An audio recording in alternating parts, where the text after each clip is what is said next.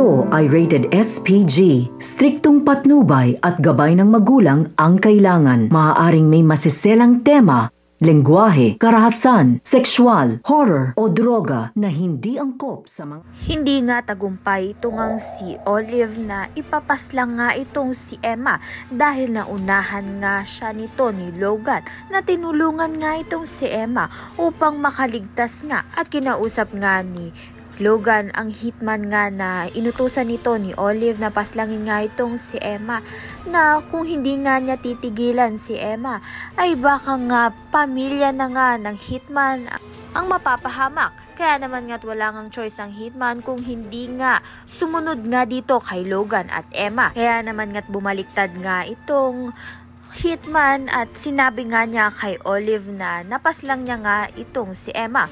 Ngunit hindi nga ito totoo. Kaya naman nga ibig sabihin, palpak nga ang plano nga nito ni Emma. Sa kabilang banda naman nga lumalayo na nga ang loob nga nito ni Mookie kay Danilo dahil nga hindi na nga niya ito makilala bilang tatay niya dahil busy nga ito makipaglandian dito nga kay Olive. Kaya naman nga't malalaman nga natin kung makuha pa nga kaya ni Emma ang kanyang anak na si Mookie upang hindi nga tuluyang mapariwara ang buhay nito. Kaya naman nga tayan at iba pa ang dapat nating pakaabangan. Maraming salamat sa iyong panonood.